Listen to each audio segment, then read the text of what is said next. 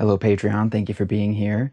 As I'm sure you expected to hear based on the last update, I am very happy to be able to say I'm through the first draft of Season 2's main timeline. I'm also already about 1/3 of the way through my first edit pass on the season and feeling pretty great about where I am in relation to the April launch date. There's still a ton of work left to do though, so I have to stay on it at the same pace in order to keep feeling this good about it. But for all the reasons I stated last month when talking about how much I prefer editing to writing, this first edit pass has been going very well. Building all these long episodes by piecing together words and sentences and segments felt like it was taking forever the whole time I was doing it. So it is nice to now be able to quickly fix several scripts in 1 week. There's still a bit of sidebar stuff at the end of the season I left unwritten in order to prioritize getting the front end of the season into production, but that sidebar stuff is always easier to write. So I am through with the entire hardest part of what I've done. That's behind me. It's still a long way down the hill from here, but I do kind of get to take my feet off the pedals and coast the rest of the way home. So there's this trend going around right now of people giving out what they think is harsh writing advice. I don't have any of that today, but aside from not wanting to spoil my own work for everyone before they've experienced it, one of the reasons I try to find ways to talk about how and what I've been working on without getting too deep into the specifics is because I think the general approach I take to this project can be useful to those of you working on your own projects. Many of you have told me that it is, so I'm going to keep doing it. To go a little deeper into what I said last month about the fun part of editing being the bird's eye view of your whole story, this is the part where you can see and make sure all the pieces are in the right place to accomplish your goals. Readers are always talking about the books they have a hard time putting down. These are the ones where you finish a chapter, and even though you plan to stop, before you know it, you started the next chapter and you're talking yourself into just one more. The reason that happens is because the writer, probably with help from their editor, has full command of that story's flow.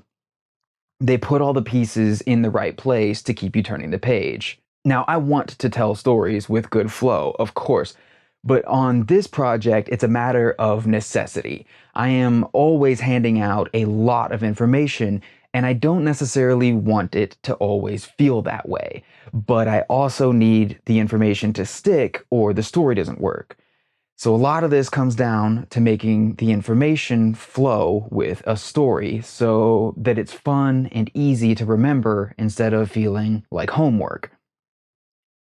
I don't think I would recommend taking the time to actually chart it out, but for the sake of this conversation, one way to visualize story flow would be like a graph of podcast analytics or Google Trends or any other set of temporally charted data with large spikes and valleys in between those spikes. In a story, the spikes would be the biggest moments, holy shit, I can't believe the bad guy is the good guy's father.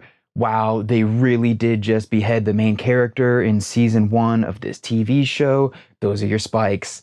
And the valleys of a story's flow would be all the moments in between. The come down from those scenes, getting everything ready to head toward the next big scenes, the build up to and through a combination of small spikes, medium spikes, large spikes, and huge spikes. So there is no universal or ideal algorithm to apply here. The number of stories in the world is infinite. They should not and could not all be mapped onto the same chart. Working in historical nonfiction, I don't really have the option of making every episode or individual story within an episode flow the same way. But even if I did, I wouldn't, because it would get really boring to try to fit all those stories into the same box over and over and over. One of the fun parts for me is letting the flow of a story reveal itself during the process. And a lot of that can only happen once you're looking at a first draft. For example, I have no idea why this happens, but I know it happens When I'm writing a first draft, I will sometimes put ideas on the page upside down. What I think I'm doing when I'm writing the idea is building up towards a big spike in the story and then revealing that spike. But when I later take on the reader's perspective, it becomes clear to me that the spike needs to come first, and it needs to come suddenly, or else the reader is not going to have a reason to care about all the information I thought was the buildup. The information I thought was the buildup needs to be the come down after the spike. So I will fix the flow of the story by flipping the order of these things, adjusting all of it to suit its new purpose, and move on to the next part. Again, this is not what's always wanted. There are many times that do call for such a buildup.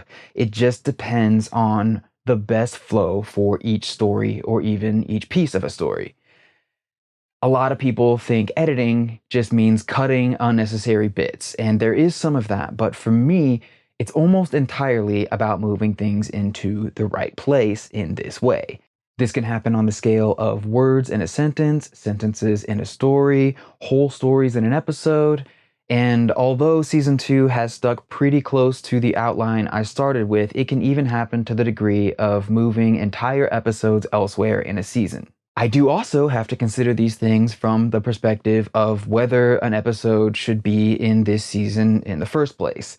Having a plan for the first 5 seasons of the show is a lot to think about, but it's also helpful to me in deciding when and where to tell certain stories. Just to give one example of this, most country music aficionados know that Graham Parsons was obsessed with George Jones. There are maybe even a million fans of rock music out there who that's all they really know about George Jones, just how big a fan Graham Parsons was. This is such a huge part of the Graham Parsons story, but it's really only a footnote in George Jones' story. So the reason I'm doing a whole second season on Jones is because of how it's going to expand on the world built by season 1 and lay the groundwork for what I have planned in season 3. It's not because I thought this was just a cool idea, but if it was just a cool idea and I did not have a strong notion of where Graham Parsons is likely to come into the podcast, which before anyone gets excited is a long ways off, I'd be susceptible to trying to squeeze Graham Parsons' story into season 2, and that's really not the right thing to do for the flow of either artist's story. The right thing to do is comprehensively tell the George Jones story as well as I can. So when he later comes up as a part of Graham Parsons' story, we are all operating with a thorough understanding of what it means to both Graham Parsons and to music history. As for the way a whole season on George Jones expands the world of season 1, I would rather let everyone draw those connections for themselves as it unfolds, but I will say this is a single person with a major career spanning roughly half my main scope of country music in the 1900s. So if we're ever going to take an individual artist's perspective on as much of the genre's 20th century history as possible, which I think we should do, then he's the one to do that with, regardless of how much any of my listeners do or don't love George Jones' music.